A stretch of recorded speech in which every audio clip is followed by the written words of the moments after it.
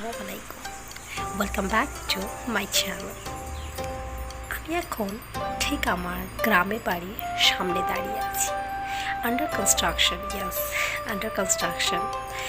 বাড়ি তো অ্যাকচুয়ালি শখের হয়, বলুন, সে শখের হোক আর মানুষ ঘাড়ে পোতে প্রবলেমে ফেসেই হোক না কেন, প্রায় দেখা যায় অতি কষ্টে মানুষ নিজের সমস্ত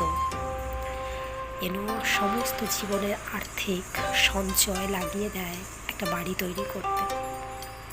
কিন্তু সেটা যখন থাকে না এবং লোকে যখন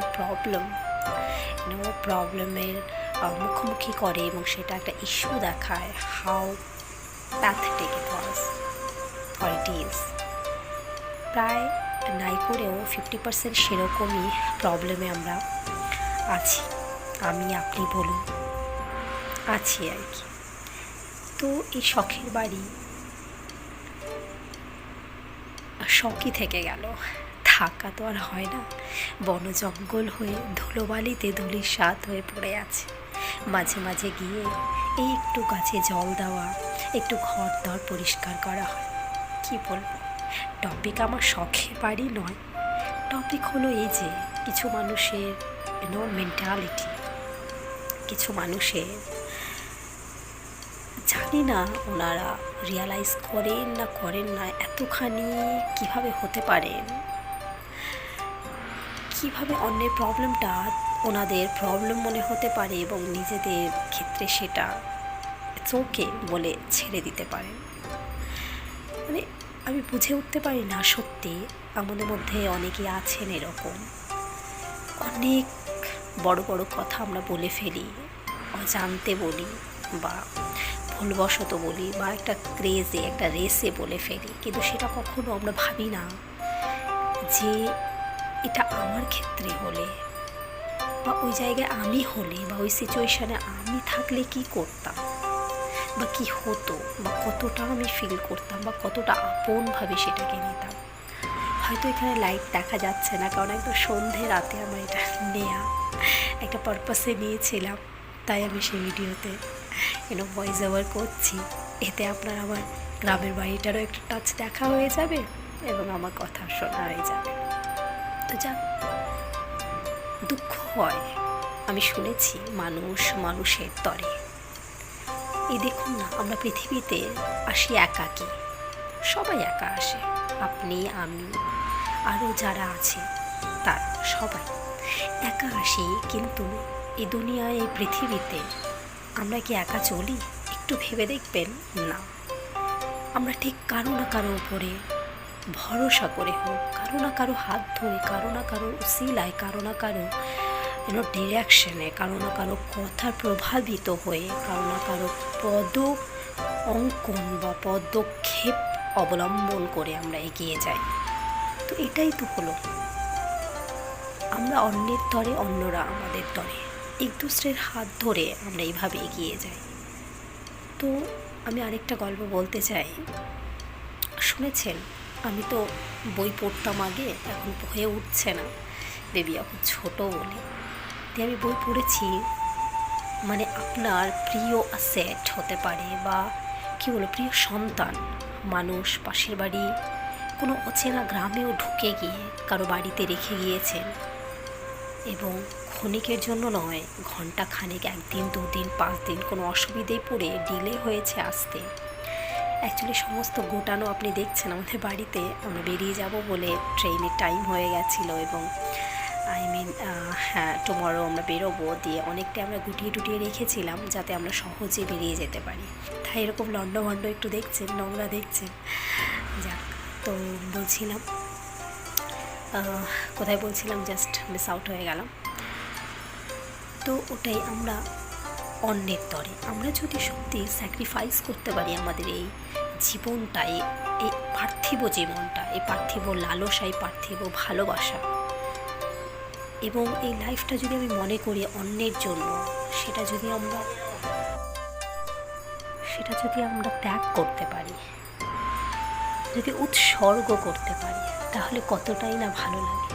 আমি পার্সোনালি বলছি, যাকে আমি পছন্দ করি বা আমার সাথে ম্যাচ হয়, মেন্টালিটি বলুন বা যাকে আমার নিজের মনে হয় আমি চেষ্টা করি যেন উৎসর্গ হয়ে যেতে পারি। কিন্তু তারই মাঝে দেখবেন নিজেদের মধ্যে কাহি না কাহি আল্লাহ পাক এমন মিলিয়ে দিয়েছেন, আপনি যেরকম ঠিক তার অপোজিট লোকের সাথে আপনাকে মিশতে দেওয়া হচ্ছে বা অ্যাডজাস্ট করতে দেওয়া হচ্ছে। একটু প্রবলেমেটিক সত্যি, আমি এতদিন বুঝতে পারিনি, কিন্তু হাড়ে হাড়ে টের পাচ্ছি, হাড়ে হাড়ে ওই মানুষগুলোর সাথে আমার চলতে হচ্ছে, দেখা হচ্ছে, উঠতে বসতে হচ্ছে, একটু অসুবিধে, অত সহজে পারছি না, কিন্তু চেষ্টা করছি। আমি শুধু একটু অবাক থাকি, এই রিয়েলাইজেশনটা কিছু জনেরই কেন, কেন সবারই নয়?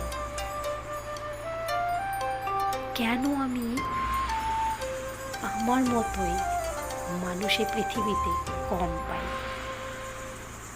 জটিলতর। আগে ভাবতাম যে এই পৃথিবী খুব সুন্দর, সত্যি সুন্দর, এবং সেই সুন্দরতম আপনারই চোখের ওপর ডিপেন্ড করে।